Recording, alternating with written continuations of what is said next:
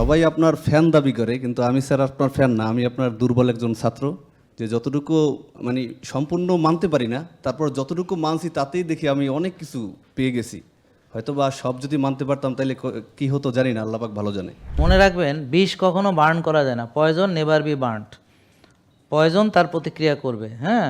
বিষ খাইয়া বিষ বার্ন করা যায় না। তো এই জন্য কোন খাবার বিষ সেটা জানতে হবে। সেটা নিয়ে আমরা দেখি যতটুকু পারি সংক্ষেপে আলোচনা করব। আমাদের এখানে যে ওষুধ থেকে বেরোনোর উপায় নিয়ে আমরা কথা বলছি, এই কারণে অনেকে আমাদের নামে নানান রকম মিথ্যা প্রচার করে বেড়াচ্ছে। আসসালামু আলাইকুম। হ্যাঁ, ওয়ালাইকুম আসসালাম।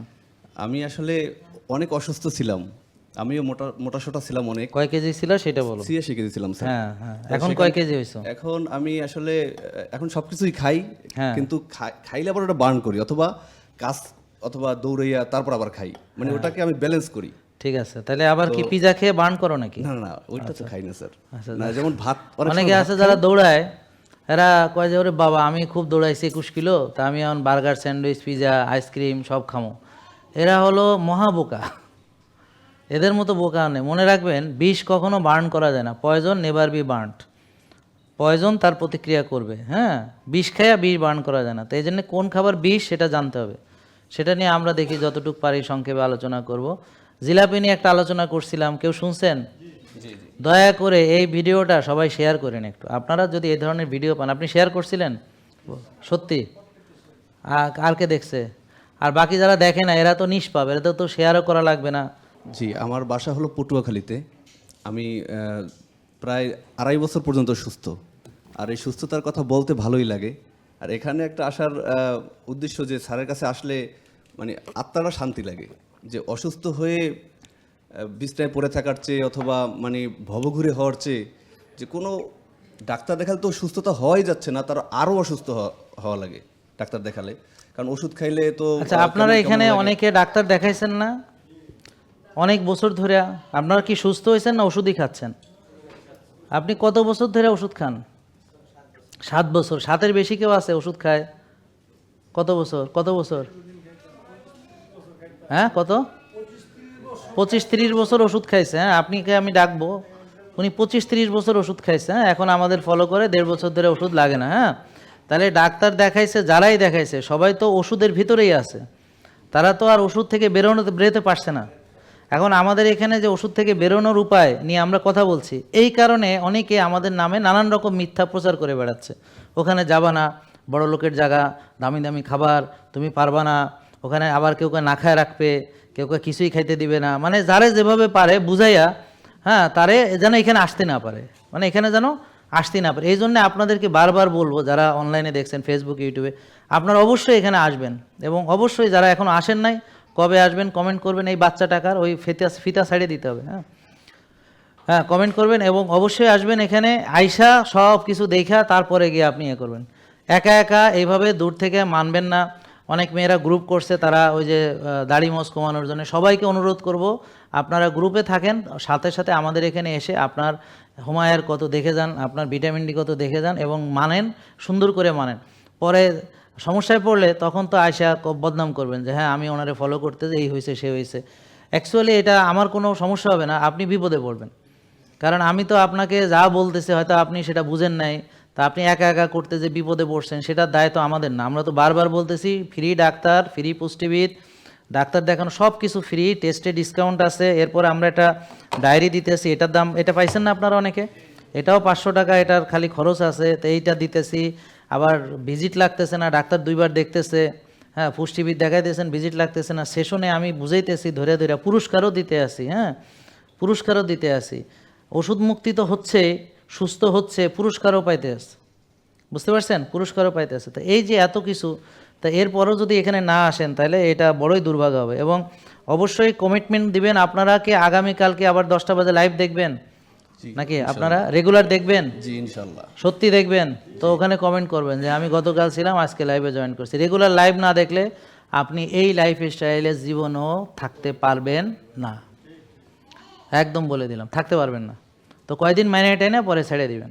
এখানে যারা এখনও বসে রয়েছে চুপ করে, যে হ্যাঁ আমি এই সব কথা শোনার দরকার নেই, শেখার দরকার নেই, আমি ওই ডাক্তার যা বলে তাই করুন, বিশ্বাস করেন আপনারা কিছুদিন পরে ছেড়ে দেবেন। যাদের নলেজ নাই, রেগুলার যে এই ভিডিও দেখবে না, রেগুলার যে এটার ভিতরে থাকবে না, সে এটাতে মানে এটার ভিতরে কন্টিনিউ করতে সে পারবে না পারবে না পারবে না। কারণ আমরা 19 সাল থেকে এগুলো নিয়ে ওপেনলি কাজ করতেছি, বহু লোক মানছে, বহু লোক ভালো হয়েছে, ছাড়ছে, কয়দিন মাইনা ছেড়ে দিছে, নিয়ম মাইনা ভালো হওয়ার পরে ছেড়ে দিছে, কারো ডায়াবেটিস কমার পর ছেড়ে দিছে, কারো ওজন কমার পর ছেড়ে দিছে। হ্যাঁ, কারণ কি? কারণ সে আমাদের সঙ্গে অ্যাটাচ ছিল না, সে একা একা করছে, আবার ছেড়ে দিছে, যাতাই হয়ে গেছে। তাহলে এখন আপনি যদি যা আগের মতোই হয়ে যান, তাহলে মাঝখানে কয়দিন বইরে গিয়ে হতো দরকার নেই, যেমন আছেন ওই রকমই থাকেন। আর মানলে মানেন এমনভাবে যে আমি সারা জীবন একটা নিয়মের ভিতরে থাকবো। থাকবেন আপনারা ইনশাল্লাহ? বলেন আমরা প্রতিজ্ঞা করিতেছি যে যতদিন জীবিত আছি এই আল্লাহর দেওয়া জীবন বিধান মরার আগ পর্যন্ত আমরা মানব ইনশাল্লাহ। মাঝে মাঝে রোজা রাখবো, হালাল তয়েবের বাইরে খাবো না, অতিরিক্ত খাবো না, আর্লি ঘুমাবো, এসার পরে ঘুমাবো, ভোরে উঠবো, রোদে যাব, ঘাসে হাঁটবো, ডিসিপ্লিনের ভিতরে চলবো এবং নিজেকে খুব যত্ন নিব, নিজেকে গুরুত্ব দিব। হ্যাঁ, তারপরে সবাইকে গুরুত্ব দিব, আগে নিজের গুরুত্ব। মনে থাকবে ইনশাল্লাহ? তা এইগুলো আর রেগুলার লাইভ দেখব। বলেন, এটা আসতে হয়ে গেল আনার কথা কেন ভাই? রেগুলার না শুনলে, লাইভ না দেখলে কাজা আদায় করেন, অসুবিধা নেই, কিন্তু রেগুলার যদি না শুনেন আপনি টিকতে পারবেন না। এই পর্যন্ত যারা টিকতে পারছে ওরা রেগুলার লাইভ শোনে, যারা শুনবে না ওরা টিকতে পারবে না ভাই, এটাই সত্য কথা। বারবার কানের মধ্যে এই কথাগুলো ঢুকতে হবে, বারবার ঢুকতে হবে, বারবার ঢুকতে হবে, বারবার, প্রতিদিন। এই যে এই ছেলেটা 45 কেজি ওজন কমাইছে, এরকম ওর মতো যত ছেলেরা যারা আছে, যারা ওজন কমাইছে, ওকে দেখে উৎসাহিত হবে যে ও 45 কেজি পারছে, আমি কেন পারবো না? ঠিক আছে, বলো। জি জি স্যার, আমি গত আগের মাসে উমরা করে আসছি স্যার। আলহামদুলিল্লাহ। আর একটা বিষয় কি, যে যদি সুস্থ থাকা যায় তাইলে ব্রেনটা এমনভাবে কাজ করে, নিজের সিদ্ধান্ত নিজেই নেওয়া যায়, অন্যের কাছে ধান্দা ধরতে হয় না। না, এই বিষয়টা আমাকে খুবই খুব হ্যাপি রাখে আর কি। হ্যাঁ, এবং আরেকটা বিষয়, এটা খুব ইম্পর্টেন্ট পয়েন্ট সে ডিসকাস করছে, সেটা হলো আপনি যদি আমাকে সঠিকভাবে ফলো করেন, কোনো বিষয়ে আপনার কারোর সাথে পরামর্শ করতে হবে না, কোনো বিষয়ে কারোর সাথে, সব কিছু আপনি অল ইন অল হবেন। কোনো ডাক্তারের সাথে কিছু, কোনো বিষয়ে আপনার কারোর সাথে পরামর্শ। আমি আপনাদেরকে যে নলেজটা শেখাই, এটা যারা আমার ফেসবুক ইউটিউবে দেখতেছে ওরা কাইন্ডলি কমেন্ট করবে, আমি আশা করব তারা যেন কৃতজ্ঞ হয়, এই কমেন্টটা যেন করে। হ্যাঁ, এখন কমেন্ট না করে এটা অকৃতজ্ঞতার পরিচয়। যারা রেগুলার ফলো করে এই উপকারটা পাইছে যে সে নিজের ব্যাপারে সব কিছু এখন নিজেই সিদ্ধান্ত নিতে পারে, নিজেই বুঝে সব কোনো বিষয়, তার নিজের ভালো থাকা, কখন কি খাবে, কি করা উচিত, কখন ঘুমানো উচিত, এভরিথিং, হ্যাঁ, সে বুঝতে পারে, তার ব্রেনটা ওভাবে কাজ করে, তার পরামর্শ কারো কাছে নিতে হয় না। আপনার হাত দেখছি তো ভাই? হ্যাঁ, জি জি স্যার। তো আমার বাসায় আমি ছোটোখাটো একটা জিম ইনস্টল করছি, যেখানে আমার মা, আমার ওয়াইফ, আমি মোটামুটি আমরা জিম করি, যে যতটুকু পারি আর কি, আমার থেকে শুরু করে তাদেরকে সুস্থ রাখতে চাই। এবং আপনারাও যারা আমাদেরকে মানতেছেন, কিছু লোক আছে ওদের ওয়াইফগুলা খুবই অন্য ধরনের, স্বামী ভালো কাজ করতেছে সেটা তার ভাল লাগে না, স্বামীর চরিত্র খারাপ হলে তাহলে ভালো আসিল, তো এখন সে খুব ভালো কাজ করতেছে, এগুলো মানতেছে, রেগুলার জিম টিম করে, এটা তার ভাল লাগে না, তো সে এটা পছন্দ করে না। অথচ এই যে ছেলেটা, ও যেটা করেছে যে ওর স্ত্রী, ওর পরিবার সবাই মিলে এখন সে একটা লাইফস্টাইল ফলো করছে, তাহলে সবাই মিলে ভালো থাকবে, হ্যাপি থাকবে, সুন্দর থাকবে। আপনারাও দয়া করে পরিবারের সবাই মিলে এটা ফলো করার চেষ্টা করবেন। তো দেখবেন কিছু আছে খাইস্টা ধরনের লোক, ওরা ওই ভালো কাজ তাদের ভাল লাগে না, তাদের ভালো কথা বললে তাদের গা জ্বলে। যদি ধরেন হাজবেন্ড বলে যে তুমি একটু ব্যায়াম করো, হেই তোমার আরও খ্যাস মেরে ওঠে। হ্যাঁ, বলে যে তুমি যে এত রাত জাগতেছো এটা করতে, হ্যাঁ হ্যাঁ আমি ভালোই আছি, বুঝতে পারছেন? আর যদি রুগিয়া কো তোমার বদদোয়া লাগছে। তো এই ধরনের আছে কিছু, এগুলা এই ধরনের ক্যারেক্টার, আল্লাহ তাদেরকে এইভাবে তৈরি করছে, অথবা সে নিজেই ওরকম হয়েছে, আল্লাহ তারা হয়তো ভালোই পাঠাইছিল। তো এখন ঠিক একইভাবে বিপরীতও আছে, যে স্ত্রী মানতে চায়, জামাই কিনে দেবে না, আসতে দেবে না, ভিডিও দেখতে দিবে না, এটা তার কি ক্ষতি, তার তো কোনো ক্ষতি নেই, কিন্তু তবুও সে এই ধরনের আচরণ করে, বুঝতে পারছেন? তা এই জন্যে আপনারা স্ত্রীরা স্বামীদেরকে সহযোগিতা করবেন, স্বামীরা স্ত্রীদেরকে সহযোগিতা করবেন, সবাই মিলে সুন্দর লাইফস্টাইল মেনে সুস্থ থাকলে এটা আপনার সন্তান সব কিছুর জন্য এটা ভালো। ও এইটা হচ্ছে সবচেয়ে ভালো কাজ করেছে, যে সবাই মিলে মানছে এবং ও সৌভাগ্যবান যে ওর স্ত্রীও তার কথা শোনে। তো বেশিরভাগ স্ত্রীরাই তার কথা শোনে না, স্বামীদের কথা শোনে না, ভালো বা মন্দ যেটাই বলুক। এবং এই ব্যাপারে হাদিস আছে, হাদিসটা শুনতে চান নাকি আপনারা? আচ্ছা, আমি হয়তো মুখস্থ বলতেছি, অত ভুল হইতে পারে, তবে মূল ভাবধারাটা কোনো ভুল হবে না। তো রাসূল সাল্লাল্লাহু আলাইহি ওয়াসাল্লাম যখন মেরাজে গিয়েছিলেন আর কি, তো যাই হোক উনি খুতবাতে বলতেছেন, ঈদের খুতবাতে, যে মহিলারা, হ্যাঁ মহিলারা তোমরা বেশি করে দান সাদাকা করো, কারণ আমি জাহান্নামে বেশিরভাগ মহিলাদেরকে দেখেছি। তো কি কারণ? কারণ একটা হলো তারা কুফরি করে।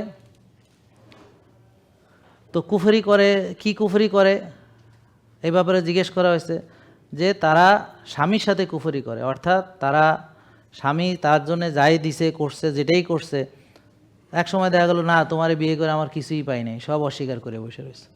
একবার কি হয়েছে, মানে ধরেন তাকে অনেক কিছু দিয়েছে, আরও একটা হাদিস আছে এই ব্যাপারে, যে তারা হয়তো অনেক কিছু পাইছে কিন্তু একটা জিনিস পায় নাই, ব্যাস তোরে বিয়ে করে আমার জীবন শেষ, আমি জীবনে কিচ্ছু পাইনি, এই ঠাস করে বলে বসলো। মানে এটা হলো কুফরি করা, মানে অস্বীকার করা।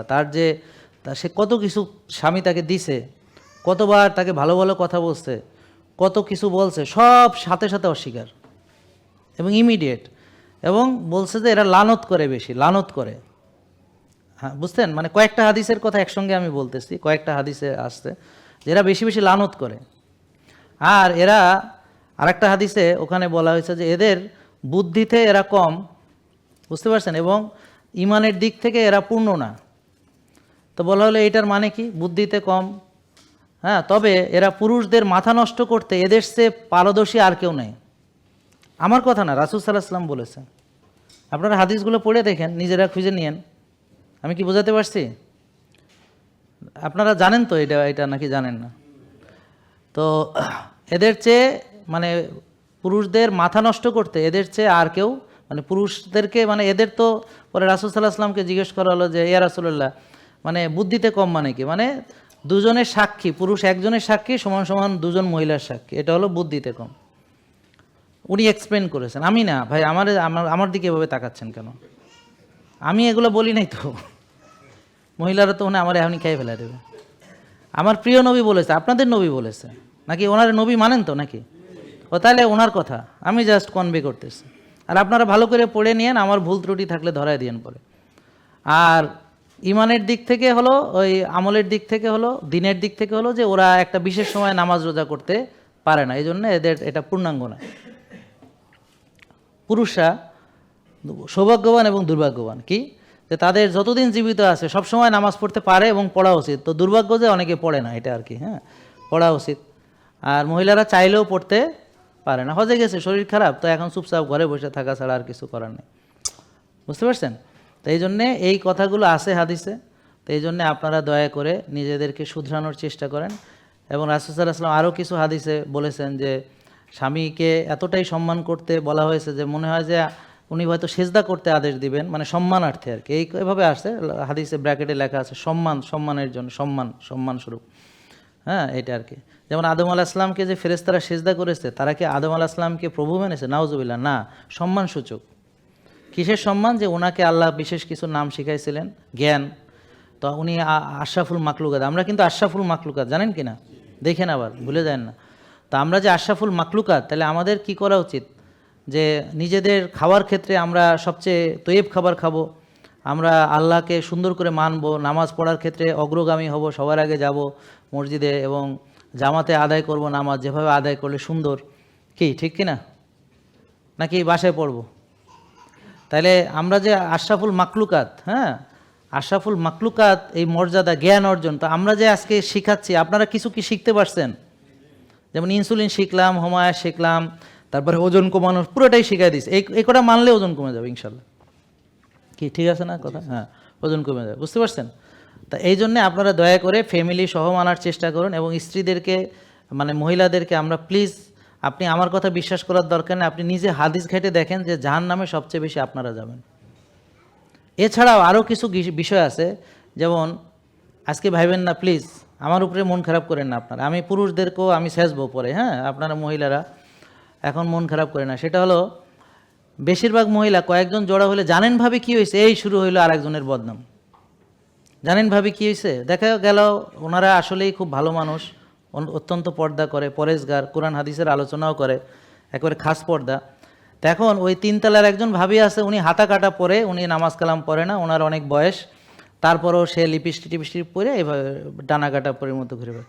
জানেন ভাবি তিনতলার উনি না, আরে এরা কি মানে ওই মহিলা, মানে এই যে শুরু হয়ে গেল, এটাকে কি বলে জানেন আপনারা? হ্যাঁ, গীবত। কিন্তু ও মনে করে আমি গীবত তো করতেছি না, ও তো আসলেই দোষে আছে, আর এই মহিলাটা এত খারাপ, এই বয়সে এরম করতেছে, আস্তাগফিরুল্লাহ নাউজুবিল্লাহ, মানে এরে নিয়ে সে চর্চা করতেছে। অর্থাৎ সে যে পর্দা করলো, সে যে নামাজ পড়লো, তার আমল শেষ। কি হলো? মরা ভাইয়ের গোস্ত খায় সে। কি খায়? মরা ভাইয়ের। এখন এর যদি আইবিএস না হয়, এর যদি পেটের সমস্যা না হয়, এর যদি গ্যাসের ট্যাবলেট না খাইতে হয়, তাহলে আর কে খাবে? বুঝেন না? মরা ভাইয়ের গোস্ত খায় সে। অনেক মহিলা আসে আমাদের কাছে, বলে যে আমাদের ফলো করেও তার পেটের সমস্যা যাচ্ছে না। তা এখন তো সরাসরি জিজ্ঞেস করা যায় না যে ভাই গীবত করেন কিনা। গীবত মানে হলো জানেন কিনা, বুঝেন কিনা? আপনি গীবত না ছেড়ে পেট ভালো করবেন কেমনে? মরা ভাইয়ের গোস্ত খাইতে আছেন সারাদিন। গীবত মানে হলো, ধরেন আপনার বাসুর বা তার কিছু বা তার ননদ আরও কত কিছু আছে, শ্বশুর বাড়ির কেউ একজন বা শাশুড়ি, আপনি শাশুড়ি আম্মার বদনাম যাইয়া আরেকজনের কাছে কইতে আছেন, এটাও গীবত। কথা বোঝেন নাই? আপনার উপরে কেউ একজন খারাপই করছে, হ্যাঁ এটা ঠিক আছে, আপনি কারে বলতে পারবেন? যাকে নালিশ করা যায়, করলে একটা রেজাল্ট আসবে, তাকে হ্যাঁ নালিশ করতে পারবেন যে হ্যাঁ আমাকে ও এরকম করে। বুঝতে পারছেন? কিন্তু এমনি যেমন মহিলারা বিশ্বাস করেন, আমার এখানে আসে এবং আধা ঘন্টা খালি স্বামীর দুর্নাম কয়, বেশিরভাগ মানে স্বামীর বদনাম কইতে কইতে আর আধা ঘন্টা চলে যায়। বুঝেন নাই কথা? মানে এইটা আমার মনে হয় শুধু আমার কাছে না, ওই বান্ধবীর সাথেও বলে, আরে আমার জামাই এই যেখানে যায়, মানে এটা সে বলতে বলতে মনে করছে যে স্বামীর দুর্নাম করা এটা একটা বিরাট, অথচ আল্লাহ তাআলা লেবাস হিসেবে, মানে স্বামী তার স্ত্রীর দোষ ঢেকে রাখবে, স্ত্রী তার স্বামীর দোষ ঢেকে রাখবে, এরা হলো আল্লাহ তাআলা দিছে এদেরকে লেবাস হিসেবে, মানে একদম কি যে স্বামী স্ত্রী একে অপরের জন্য কি পোশাক। তা পোশাক কি করে? পোশাক কি খুইলা মানুষ চলে? পুদিলা হয়? তাহলে পোশাক তো পরে মানুষ চলে নাকি? বুঝেন নাই কথা? তাহলে আপনার যেমন স্ত্রীর বদনাম যে কারোর কাছে করার দরকার নেই, হ্যাঁ, আর স্বামীর বদনাম যে কারোর কাছে করার দরকার নেই। কিন্তু এই দোষে আমরা দুষ্ট কিনা? তা এখন আমাদের সমাজে এখন সবচেয়ে বেশি ওষুধ বিক্রি হলো গ্যাসের ওষুধ, কারণ ফেটে মরাবার গোস্ত, এই জন্যে গ্যাসের ওষুধ এত। আরও তো আছে খাওয়া দাওয়া অন্য কিছু। তো আশা করি আমরা এই বিষয়গুলো সতর্ক হবো ইনশাল্লাহ, নাকি? এই জন্য শুধু লাইফস্টাইল মানে কোনো লাভ হবে না। যদি আপনি গীবত করার অভ্যাস থাকে, পরনিন্দা করার অভ্যাস থাকে, পরচর্চা করার অভ্যাস থাকে, এটা ছাড়তে হবে। প্লাস আপনি মানুষের নামে মিথ্যা রটনা করলে মহা গুনাহগার হবেন। এর চেয়েও গীবত বেশি গুনাহ না মিথ্যা রটনা আরও বড় গুনাহ? তাহলে এই যে আমার সম্পর্কে না জেনে আপনি একটা মিথ্যা ছড়াইতেছেন, সেটা বড় গুনাহ না? তা এখন আমার তো এদের জন্য ভয় লাগে, আরে ওদের আমলগুলো নষ্ট করতেছে রে। আমার ওদের প্রতি কোনো রাগ ক্ষোভ ঘৃণা জন্মায় না, বিলিভ মি, আমি ওই ধরনের লোকই না। এবং এটা নিয়ে আমাকে অনেকে বলে, হ্যাঁ ওই লোক তোমার এ তো করছে, তারপরেও দেখি তুমি তার ফ্রেন্ড লিস্টে রাখছো। তাই আমি বললাম তাতে সমস্যা নাই, কারণ সে যা করছে সেটা তার অন্যায়, তার অপরাধ, এবং সেটার শাস্তি সে আল্লাহর কাছে সেই পাবে। আমার তো কোনো প্রবলেম হয় না। আমি কি মানে সে আমার টাকা মারছে, তা আমি কি মরে গেছে? আমার কি কোনো অসুবিধা হইতেছে? আমার ব্যবসা কি পড়ে গেছে, নাকি আমার রিজিক কমে গেছে, না কিছু হয়েছে? আমার তো কোনো প্রবলেম হইতেছে না। কি বুঝেন নাই কথা? বেশিরভাগ লোকই, তার একটা লোক ক্ষতি করছে, ওইটারে সারাক্ষণ জব্বে, ওর নাম, ওর প্রতি রাগ, ওর প্রতি ক্ষোভ, ওর প্রতি হিংসা, ওর প্রতি বিদ্বেষ, ওর প্রতি সব। তো এইভাবে কইরা ওর কিছু ক্ষতি হবে না, নিজেই ধ্বংস হয়ে যাবে। আমার এসে বলবে আমার হজম হয় না, আমার ঘুম হয় না, আমার বুক ধড়ফড়ায় না, আমার কলজা কাঁপানি, হ্যাঁ আমার এই সেই, এগুলো এসে বলবে আমার শক্তি নাই। অথচ ওর ভিতরে যে এই নোংরামিগুলো রয়ে গেছে, রাগ, ক্ষোভ, প্রতিহিংসা, জেলাসি, এগুলো যে তার অন্তরকে কলুষিত করতেছে, এই বিষয়টা তো এখানে তো ওষুধ দিয়েও কিছু হবে না, এখানে তো মনে করেন লাইফস্টাইল দিয়েও কিছু হবে না। আগে তোর অন্তরকে কলুষিত মুক্ত করতে হবে। কি বোঝা যায়? তাহলে খাওয়া না খাওয়ার মধ্যে সব না রে ভাই, আরও ক্যারেক্টারের মধ্যে অনেক কিছু আছে। তো যে কে লাইফস্টাইল টোটাল ক্যারেক্টার নিয়ে কাজ করে, ও এখন বুঝবে, যারা আমার রেগুলার লাইভ, এই জন্য প্রতিটা লাইভ দেখা অত্যন্ত জরুরি। এই যে আলোচনাগুলা, এগুলোর সাথে কিসের ওজন কমানোর সম্পর্ক? এটা কি আইবিএসের চিকিৎসার সম্পর্ক আছে কিনা? এটার সাথে সব কিছু এর মধ্যে আছে।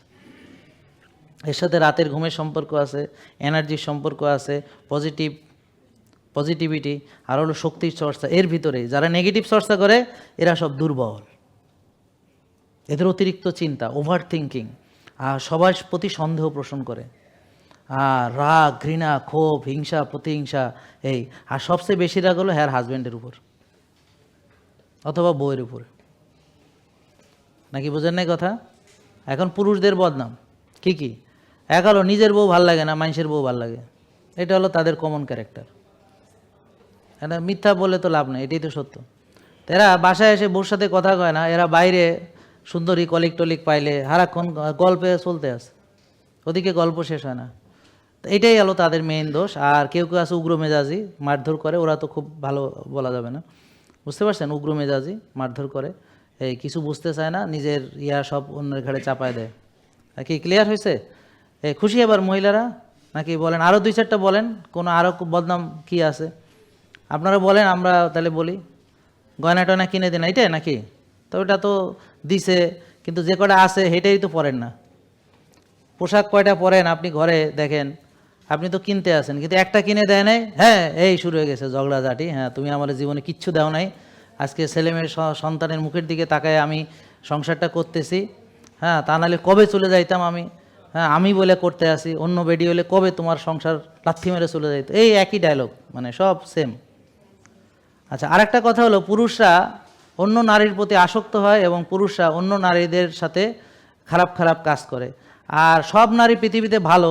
এখন প্রশ্ন হইলো, এরা যে খারাপ কাজটা করে ওই মেয়েগুলো কারা? কারণ খারাপ মেয়ে তো পৃথিবীতে নাই। যাই হোক, শেষ। আশা করি বুঝতে পারছেন, নাকি বুঝেন নাই কথা? তাহলে পবিত্র সবাই, মেয়েরা সবাই পবিত্র, তাহলে ওরা যে খারাপ কাজটা করে কার সাথে করে? কোনো ছেলের সাথে? বলেন না, কথা বলেন, কার সাথে করে? তাহলে এরা তো আর পৃথিবীতে নাই, সবাই তো ভালো, তাহলে ওইগুলো আসলো কোত্থেকে? তাহলে আমাদের ভিতরে, সবার ভিতরে ভালো মন্দ আছে, এটা একটু মেনে নেন। আমাদের সবার ভিতরে দোষগুণ আছে, এটা একটু মেনে নেন সবাই। স্বামীর ভিতরে আছে, স্ত্রীর ভিতরে আছে, নারীর ভিতরে আছে, পুরুষের ভিতরে। তাহলে আমরা কি করব? চেষ্টা করব আমাদের ভালো গুণাবলীগুলো বৃদ্ধি করতে, চর্চা করতে, এতে আমিই ভালো থাকবো, আমারই লাভ হবে। ক্লিয়ার? বলেন। হ্যাঁ, তো জি স্যার,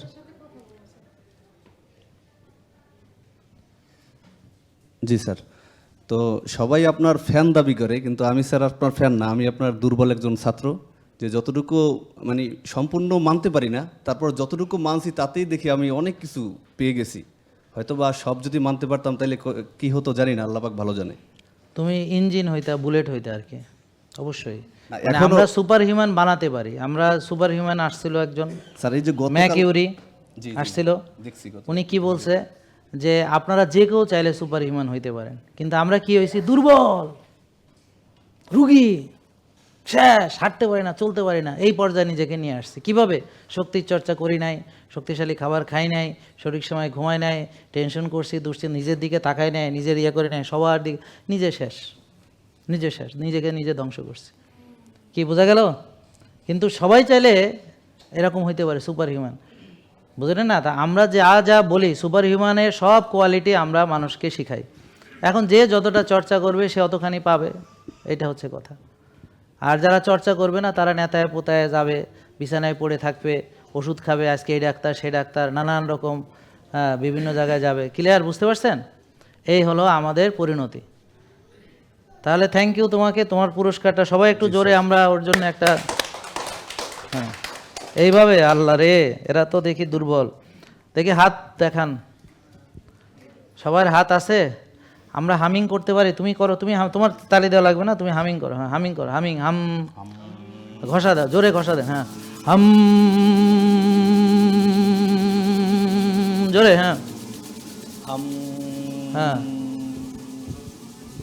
হ্যাঁ হাম, জোরে জোরে, হ্যাঁ আরো জোরে। গরম হলে বলেন, চাপটা জোরে দেন এবং জোরে মারেন। হ্যাঁ হাম, দুর্বল হইলে হবে না। হ্যাঁ আরো জোরে। হ্যাঁ গরম হয়েছে, এবার দেন জোরে। হ্যাঁ আরো জোরে। হ্যাঁ আরো, হ্যাঁ ওকে, থ্যাংক ইউ। হ্যাঁ বসো। জেকে লাইফস্টাইল, ওষুধ মুক্ত সুস্থ জীবন।